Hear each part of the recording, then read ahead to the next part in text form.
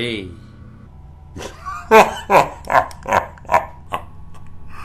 Welcome to Screen Fade, man. And let's talk about this crazy movie about a fishboat captain.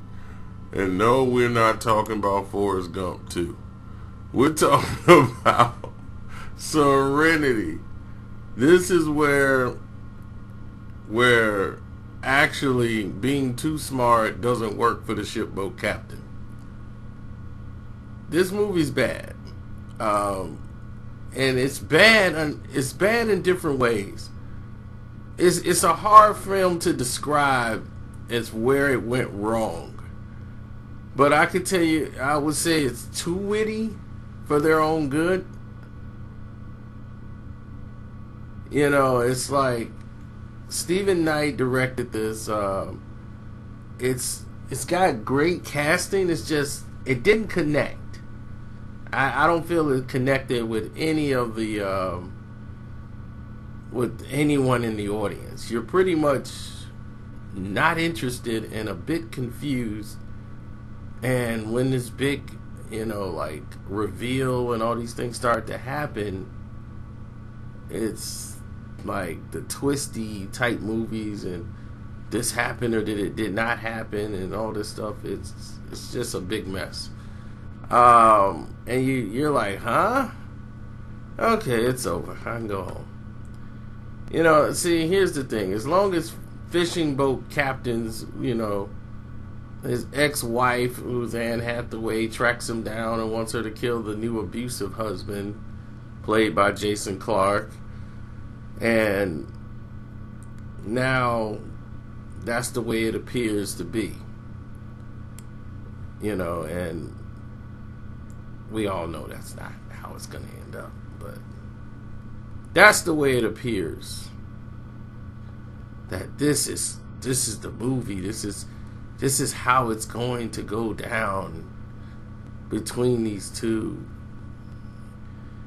And Diane Lane is his former interest in the shipboat captain, whose name is Baker. And I just feel Anne Hathaway's performance in it was good. It was, Matthew McConaughey's performance in it was good. Diane Lane seemed all over the place, but she was good. Everything was good. The movie just didn't mesh well at all. And I'm quite sure if they look at it, they're gonna go, ooh, yeah, I see where we missed. Our audience a little too dumb to try to figure all this out. Now, the movie's not completely bad as everyone else is making it out to be. Right, he's got the boat, the Plymouth Island or whatever, and it's just it's hard to gauge a movie like this because I don't want to tell anything like the secrets, and you're not going to care any which way it goes, but still, you don't want to be that guy. I know, Stephen Knight is Oscar nominated. He's known for having different styles and being creative with how he makes the movies. The way it's directed is fine. I just think this is it's just all over the place.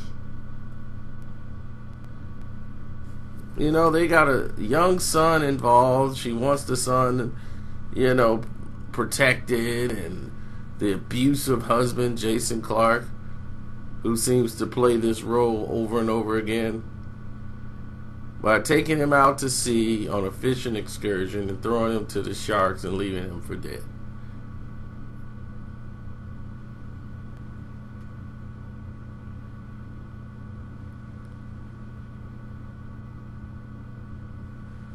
Now, he's forced to deal with right and wrong and realities that might not be the reality, and all kind of stuff is going on in this movie. But this movie had a budget of $22 million. There's a lot of different things I think they could have done with this $22 million. But that is a very small budget for this film. Let me say that right now. And let me also state that even with this small budget, they managed to pull off an amazing looking film. Where it looks amazing, is directed amazing, the acting was on point. It's just that the script is like all over the place. And it's, to me, it's just the writing, it just don't mesh. It just really don't mesh. So if out of a scale of rating it, I give it 1 star out of 4. Because it really misses the mark. It's not like it was close. It really missed the mark.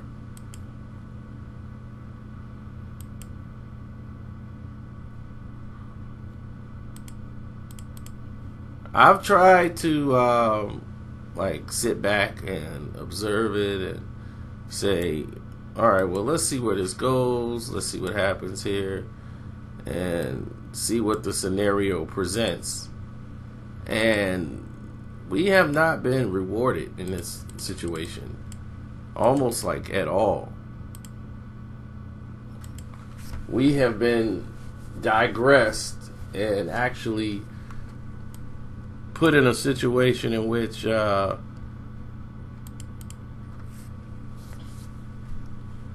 we have to judge these films from different perspectives, and some people can't even say that this movie is bad because they don't want to be looked at in a bad way. But I think the actors all know that this is a bad film. That's why it's coming out at the end of January. You know, those January movies. So January movies when you get all the Oscar movies coming back to the theater, because they know January is their open spot where all the crap goes.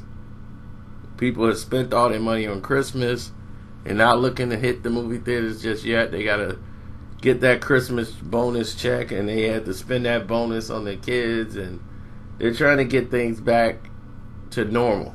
You know, those Christmas, New Year's parties are catching up.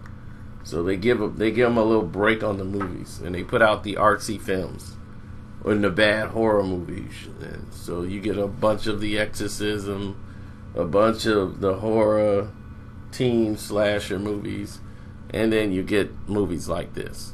Movies that look like they probably was going to be something, and they filmed it, saw it, and said, oh God, it sucks. Let's throw it out in January so people could forget it real fast. This movie, in about another month, will be on probably Amazon Prime or Netflix. Seriously, I'm out.